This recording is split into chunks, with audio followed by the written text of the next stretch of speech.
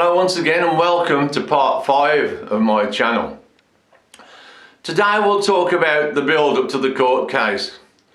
In 2017, November the 6th, we had a non-disclosure meeting between Barker Battelle, representatives of Wolverhampton Wanderers and myself, my solicitor and my brother Ron.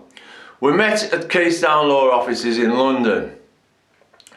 This was basically to discuss the situation. Being a non-disclosure meeting, obviously I can't disclose anything that was said in there by law.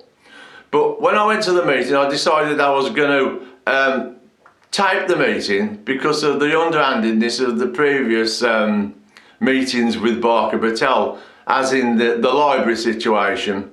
And the very first meeting, when they listened to all my information, then told me after they represented Wolverhampton Wanderers. So I got one of these little recorders from Maplins. It's kind of a dictaphone, and you can lay it down. You can record the whole meeting. I've got the information still on there. If anybody wants to take me to court or sue me, I'll just play this. But the one thing I will say about this disclosure meeting was that I mentioned that I'd written the book in 2013, and the reason why I said that is because if I lost the case, I was going to write another book and tell everybody about the situation, the story about the Wolfhead creation. I also told the publishers and the guy who helped me write the book, because it was a self-published book by myself. After that event, no conclusion was come to. So they bought in a bigger gun called Jacobson. And the investigation was headed by a lady named Bonita Trimmer. And she'd got a guy who worked with her. His name was Pascal. Now, if you look at the words Bonita Trimmer and Pascal, you got a bat, so a bat woman. And then we got a zap and a pow, so we thought of a Robin. So Ron and I called them Batman and Robin, just as a sort of a nickname for them. Bit of fun. The witness statement, which I'm going to show you in the next episode, was put together for a preliminary hearing in 2018, around about August 2018, by Bonita Trimmer and Pascal. Basically, it was investigating or trying to produce evidence to throw my case out of the prelim court. Now, the prelim court is a court which is set up to determine if there's enough evidence in the case to go to High Court. When you look at the documentation, which I'm going to show you in the next episode, you'll see that most of the first 10 pages is about my bankruptcy, which I'll mention to you later on. And it's strange how the words of justice can be twisted and pulled to suit certain circumstances. The crux of this is that once the prelim hearing was over in August, Jacobson was fined £14,000, and basically all the evidence they produced was really worthless. And there was £3,000 which was paid my barrister, Ed Brigel, and the other £10,000, well, I just don't know what happened to that. It went to Keystone Law. I never saw it again. I was hoping that £10,000 was going to go towards paying me barrister's fees.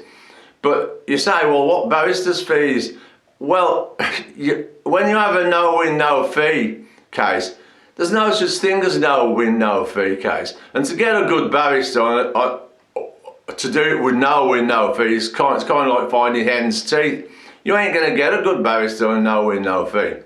So I had to pay, and believe me, it's a substantial amount of money, with the £5,000 for the assignment back off the bankruptcy people for my original copyright, and Ed's fees, which we assumed would be substantial. But when we first employed Ed, the barrister, they were a good company, and they said they'd do it for £75 an hour. And I said to Ron, maybe if we could scrounge 10 grand together, borrow this and beg off people, we'd have enough to cover it, which is about 120 hours, which, you know, if you spend 3 hours in court, it's a substantial amount of money. It's say 500 quid for that, 500 quid for this. But what you don't realise is behind the scenes, all this money mounts up, and £10,000 is just a drop in the ocean in the judicial system, believe me. I'd just like to point out that Ian Bowie Chambers and Ed Brigel, who started my case, they were fantastic, fantastic company. Ed Brigel, fantastic chap, very, very clever man, very clever man. Got me through the prelim case, pointed out, indicated misinterpretations that they brought up, and he sailed through it really, and it was such a shame I couldn't afford him. I'll just show you the letter from Ian Bowie Chambers which confirms all this.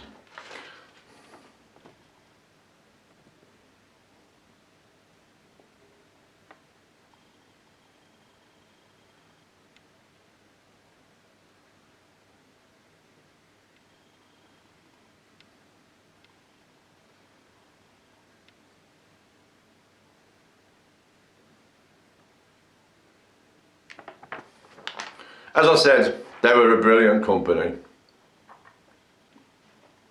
The next statement is from Bonita Trimmer, which was presented to the prelim court in order to try and quash the case to prove there was no evidence to take it to High Court. We'll go through this document. There's 21 pages, there's quite a few, but you won't have to look at them all. But I need to go through it piece by piece just to show you that there's no underhandedness on my part.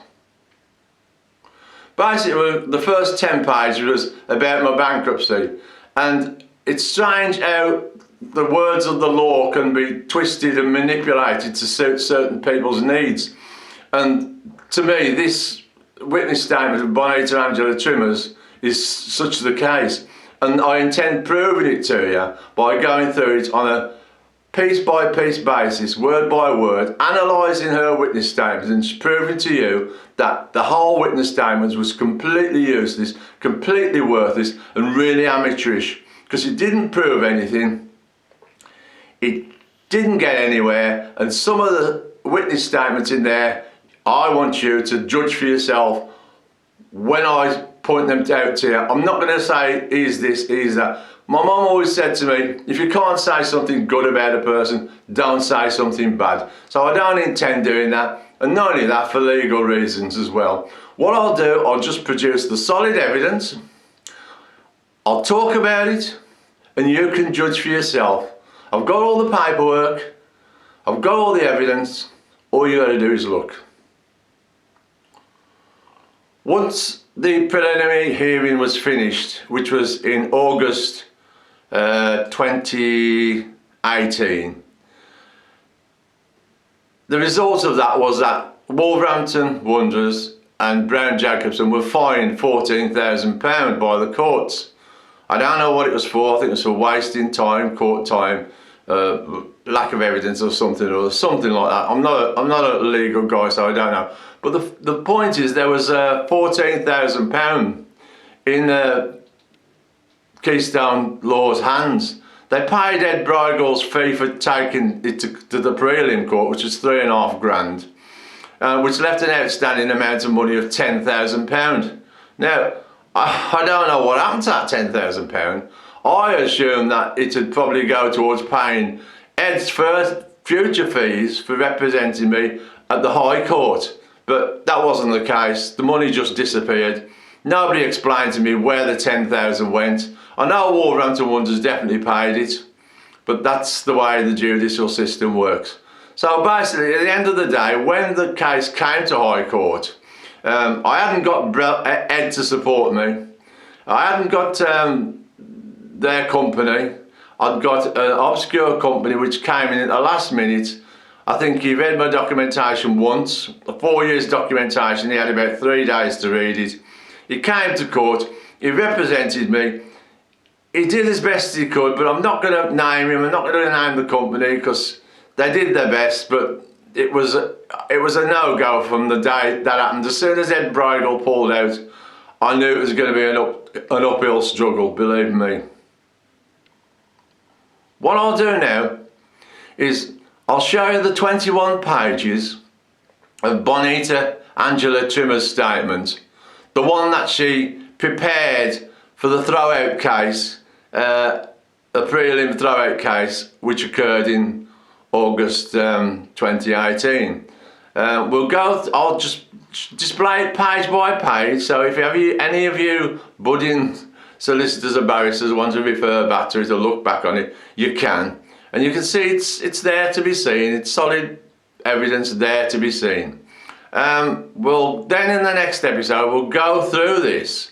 We'll go through the first 10 pages at the beginning, which is basically outlining my bankruptcy and the words that were twisted and changed to suit their situation, which I'll sort of show you in documentation and verbal proof that most of it was just rubbish. The latter half of the witness statement, the 10 pages, just confirms everything I said about Wolverhampton Wonders not knowing who designed the Wolfhead logo. And this is in 2018. I mean, they're a massive company, Wolverhampton Wonders. They've got no documentation, they've got no legal stuff. And how they managed to get some a copyright on it and a trademark is just beyond me. When they went to the trademark people, did they say, didn't the trademark people say, well, where'd you get the Wolfhead logo from? We don't know. So how can you trademark something that you know nothing about? Anyway, here's the 21-page document. It'd be a bit boring to people who like to live in the fast lane, but people who are really interested in this case will look through it. You can, I've put it on my computer on kind of a pad, so it's keep still instead of showing it on the screen and sort of making it a bit awkward to read.